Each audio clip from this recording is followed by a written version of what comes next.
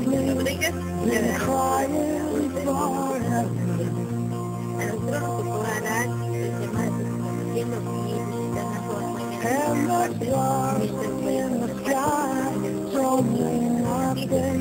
el tema es la definición de conceptos, inventar de ejercicios, la inspiración, buscando el error y ronda. Movimiento de cuello, primera parte. El estudiante tiene dos movimientos de cuello, el vertical y el horizontal. Hagamos un experimento para identificarlos.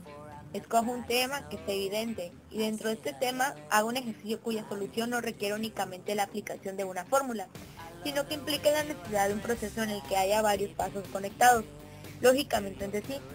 Cuando resuelvan el ejercicio tratando como siempre de ser lo más claro posible, al explicar todos y cada uno de los pasos, ir mostrando las conexiones lógicas de cada uno entre ellos.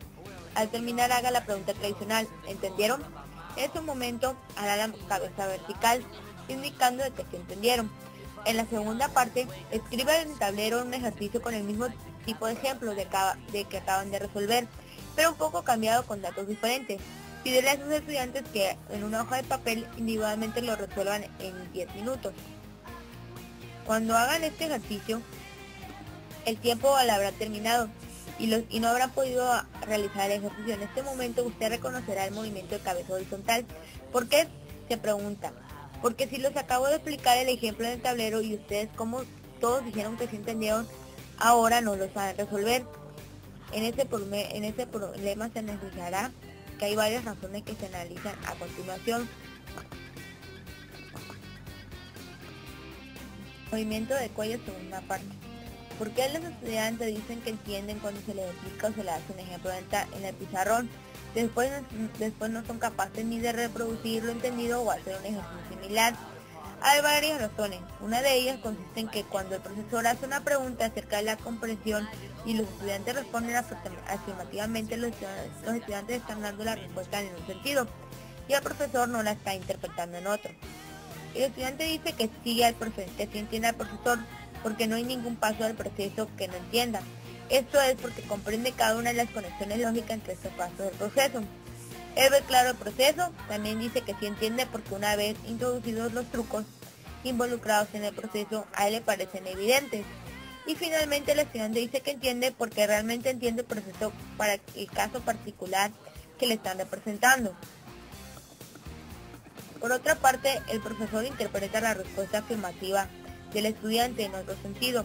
Él interpreta en el sentido que el estudiante es ahora capaz de reproducir el proceso. Sin embargo, esa capacidad de reproducir depende de una serie de factores que el estudiante no ha necesitado aprender.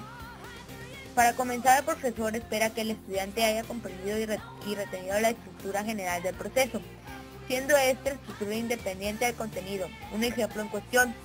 Pero es muy posible que el estudiante no sea ni siquiera consciente de que la estructura exista y él haya comprendido o comprendiéndola sea capaz de retenerla. Si el estudiante no puede retener la estructura, no puede ser capaz de reproducirla con otro contenido.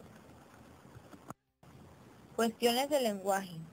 Una de las principales razones por las cuales los estudiantes dicen que no entienden cuando se enfrentan a un texto de matemáticas no es porque no entiendan, es porque no saben.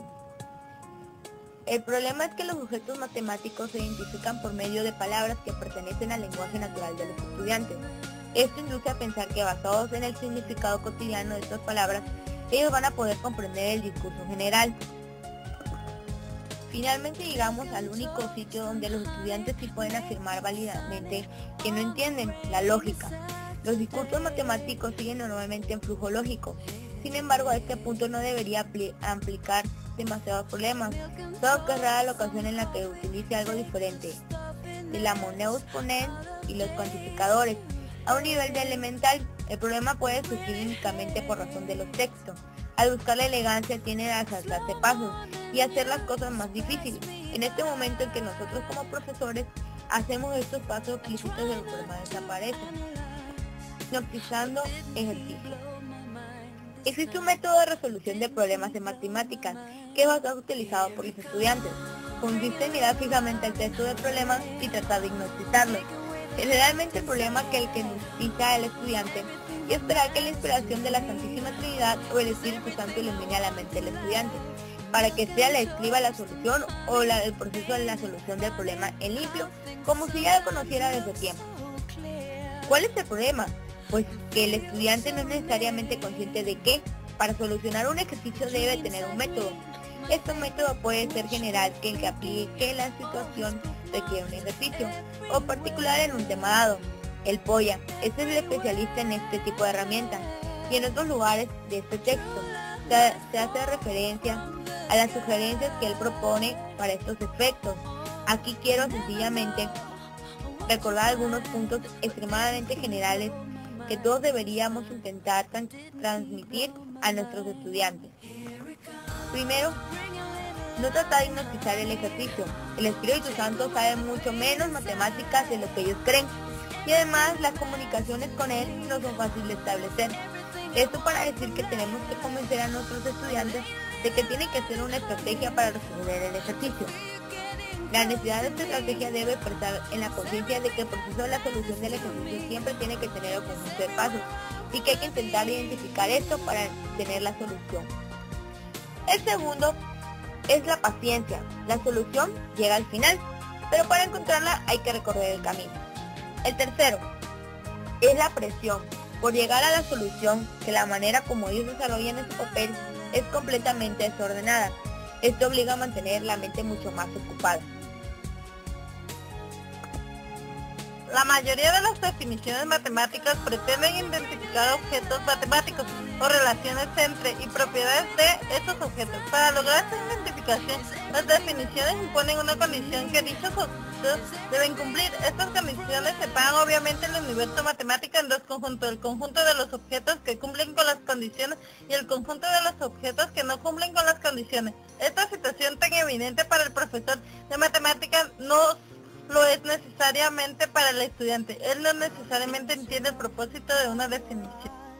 ¿Cuántas bolas hay ahí?, pregunta el profesor. La función es cuadrática, responde el estudiante. El profesor vuelve a hacer la pregunta y el estudiante vuelve a dar la misma respuesta. ¿Por qué?, se pregunta el profesor. ¿Por qué no me ha escuchado? Es cierto que el estudiante no lo está escuchando. Él ha inventado su propia pregunta y esa es la pregunta que él está respondiendo. Este problema es relativamente patente cuando la situación se da durante la clase y la pregunta se hace verbalmente. En este momento parece como que el estudiante estaba distraído y el problema era pura cuestión del momento, pero en este no es un problema coyuntural, es un problema general que tiene consecuencias trágicas cuando el estudiante comete este error al responder un examen. Una de las principales actividades del profesor de matemáticas debería ser la de identificar los errores típicos de los estudiantes y tratar de solucionarlos.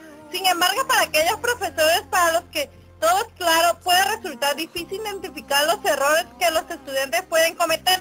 Es por ello que es importante encontrar herramientas metodológicas que le permitan al profesor identificar los errores típicos de los estudiantes. Existe una herramienta tradicional para estos efectos, es la pasada al tablero. Existe otra herramienta metodológica para identificar los errores típicos de los estudiantes y que en algún aspecto resulta ser una alternativa apropiada a las deficiencias de la pasada al tablero. Podríamos llamar a esta herramienta la ronda.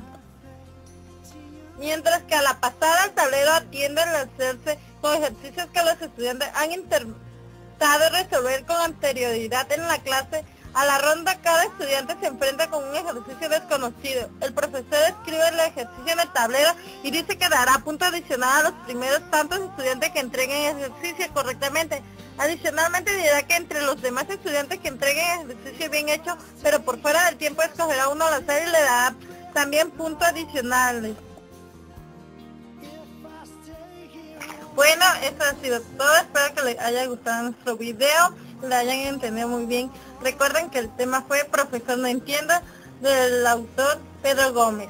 Adiós.